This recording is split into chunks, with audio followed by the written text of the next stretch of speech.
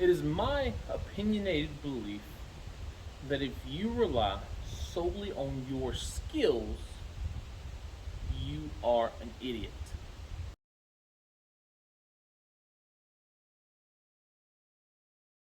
Hey guys, T2 out here. Welcome back to the Time Apprentice channel. In today's video, we are talking skills versus gear and why I believe you should just carry the gear instead. So guys, I'm going to try to get this video done before this rain comes in. This video, like I said, is skills versus gear. And if you've seen, if you've posted, if you've commented on some sort of gear loadout, whether it be a get home bag, a bug out bag, you've probably seen some sort of response like this. Oh, this is a lot of stuff in this bag. This bag is way too big. You know, if you had the skills, you wouldn't need all of this gear. Knowledge weighs nothing. The more you know, the less you have to carry. And so that brings up the fact of skills versus a bag of gear. It is true.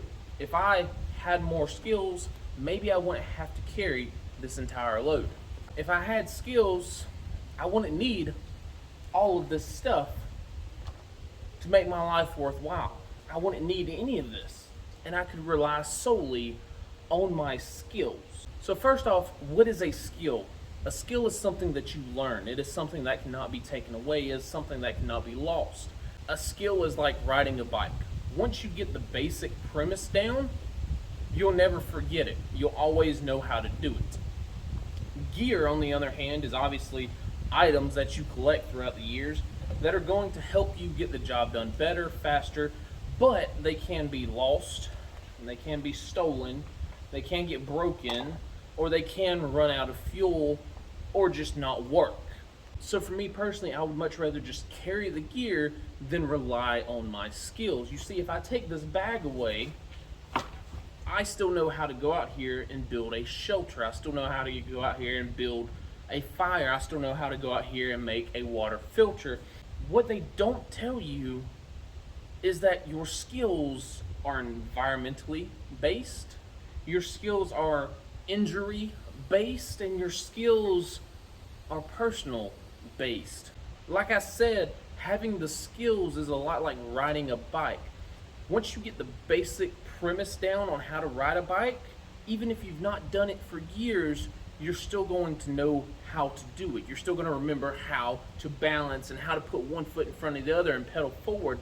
But that leisurely stroll through the park can quickly become a downhill slope with no handlebars, a broken chain, and no brakes. That is why I trust my gear instead. Like I said, your skills are environmentally based. It's fixing to start raining, and me knowing how to go out here and rub two sticks together, that is wonderful, and on a dry day, I can do it. If I lived in California, Nevada, Arizona, one of these desert conditions where you never get rain, it'd be a whole lot easier to go out here and rub two sticks together. And the basic premise, whether you're over there or over here, is exactly the same. Find two sticks, rub them together, get an ember, build a fire. But it's fixing to start raining. You're going out here with wet wood. You're going out here after a torrential downpour, hoping to find two dry sticks to rub together. Now, I don't know about you guys, but if you submerge everything around you in water, you're not going to find anything dry. Gear works 99% of the time. You see, I can flick a bic and start a fire. I can strike a ferro rod and I can get a fire. And yes, you are correct. If I knew my skills better, I could get rid of a lot of the stuff in my bag. But here's the thing, being a prepper is all about being prepared. It's all about having supplies on hand when you need them. You're telling me to get rid of my fire starter. You're telling me to get rid of my spoon, my filter, my knife, in hopes that I can find two dry sticks in a torrential downpour. It doesn't make sense, does it? A knife can be made in the field if you know flint knapping, but you have to find the flint. You have to dig yourself in the waterbed, in the creek bed to find flint and nap it just right. And if you nick it the wrong way, you just lost your knife. A water filter too can be made from trash in the woods. You put a liter bottle or a 2-liter bottle with some sand and charcoal in it. You flip it upside down, you pour the water in from the bottom and it filters through. That is correct. But number one, it will never be as good as a store-bought filter. Number two, you have to find the pieces. And I don't know about you, but I don't know where I'm finding sand around here, let alone charcoal. You have to have a fire to have charcoal, and well, I don't see any sand, I don't see any charcoal. I'll probably be able to find some trash, but I'm missing 2 of the 3 ingredients. Your skills are environmentally dependent, and I don't know about you, but Murphy seems to rear his head when things aren't going good. So here I am with all the skills in the world, but Murphy and the environment are kicking my tail. You see, I can go out here on the driest of driest days and find everything I need,